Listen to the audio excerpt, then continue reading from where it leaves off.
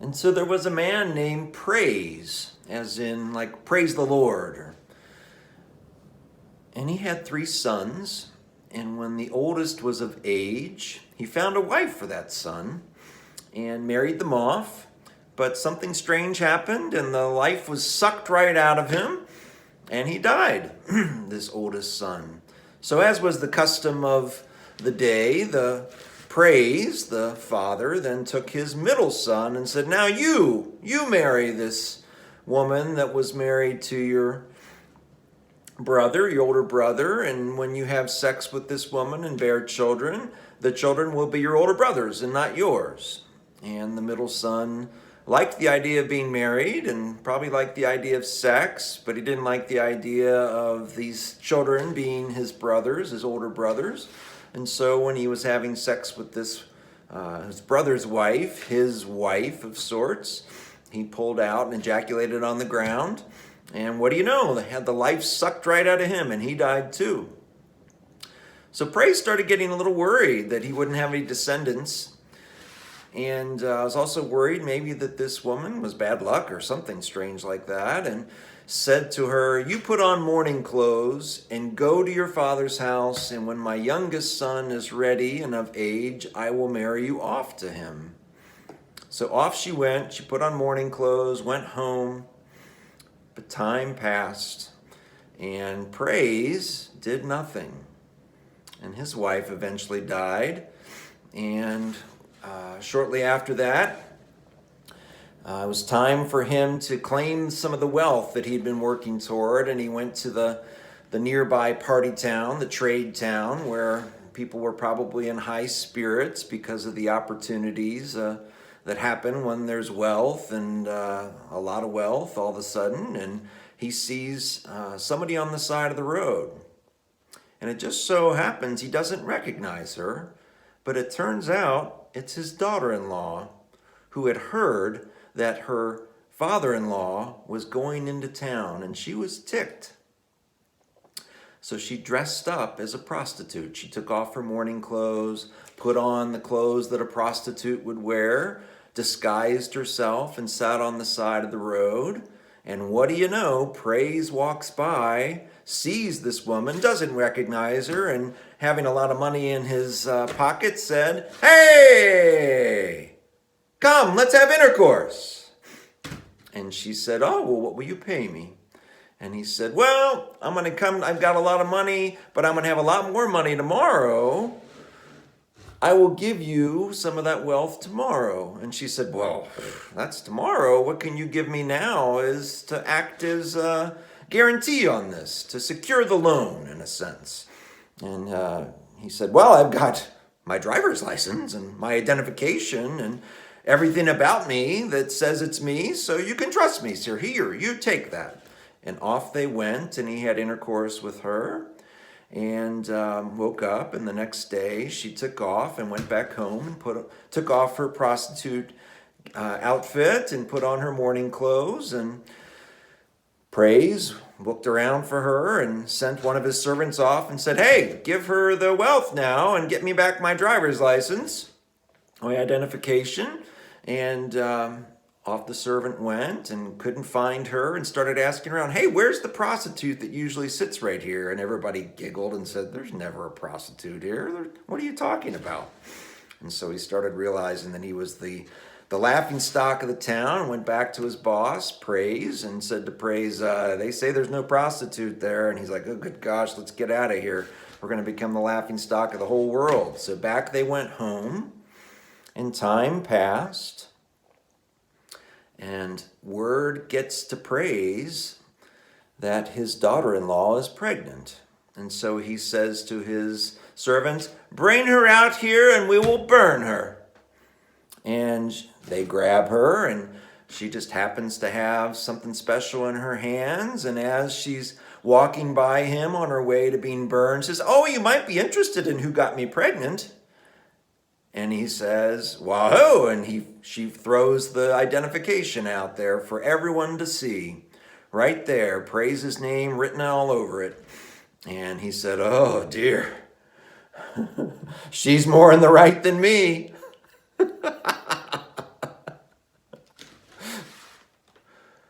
This is a lovely story, isn't it? Just a lovely story.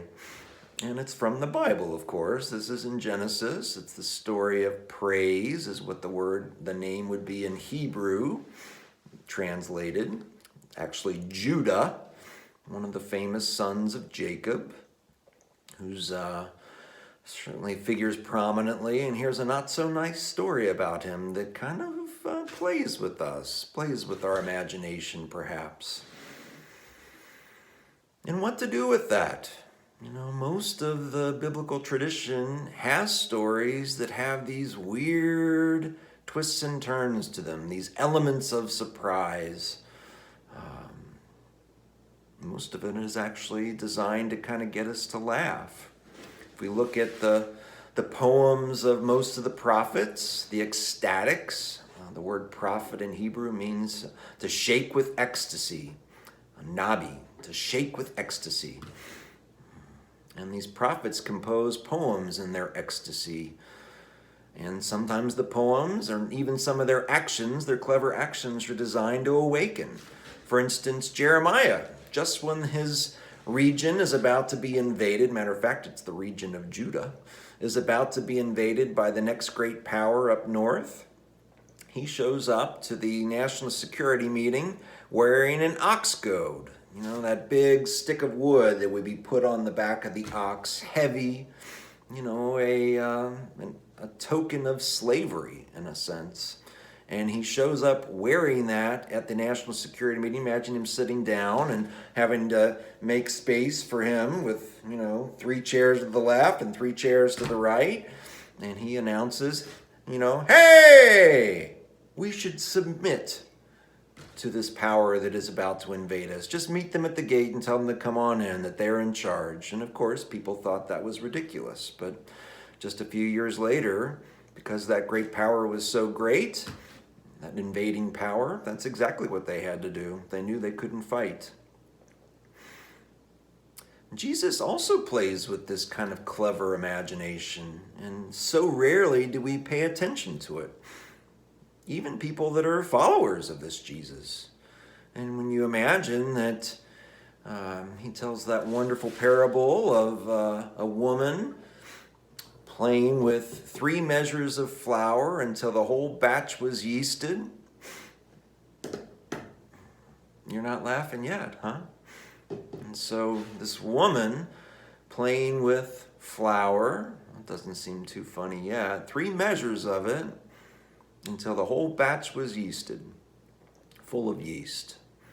Now, those of us that know something of baking bread, I make bread a lot. I made bread yesterday, matter of fact, and to make a nice little loaf for myself, a day's amount. Might be, I took a cup of water and a little packet of yeast and dump it in. And of course, yeast for us is something clean, but in the ancient world, you got yeast by letting an old piece of bread decay in the corner and once it kind of became alive and cultured, you took your fingers and grabbed a little bit of that and smacked it into your dough.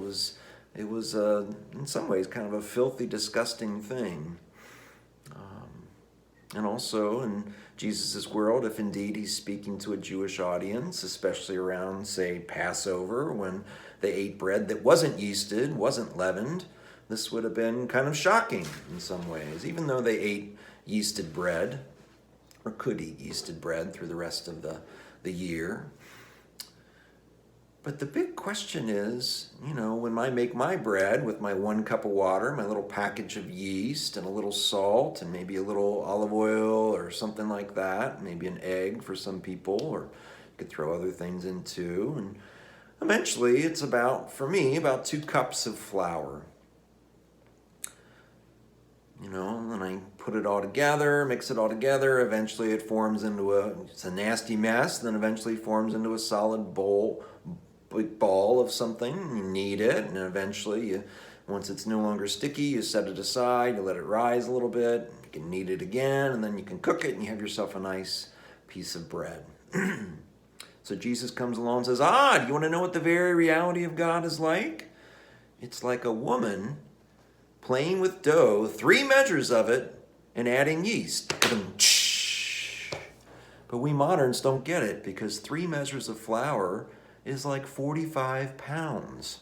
It's like going to, the big supermarkets and getting an entire bag, not a little bag, an entire bag, those bags that are on the bottom shelf in only the biggest supermarkets, 45 pounds. And imagine her needing that. And imagine once you eventually add the yeast and you knead it, she's got to use her whole body. If there were a better camera here, I'd get on the ground and roll around and show you how the crazy image here. And this is what Jesus says is what the reality of God is like. And even more shocking in that most biblical scholars, or at least ones that have some sense about them from the modern world, know that bread baking was probably something done by men, often with their children. And so Jesus, you want to know what the very reality of God is like? It's like a woman baking. What? 3 measures, 45 pounds of dough, and adding yeast.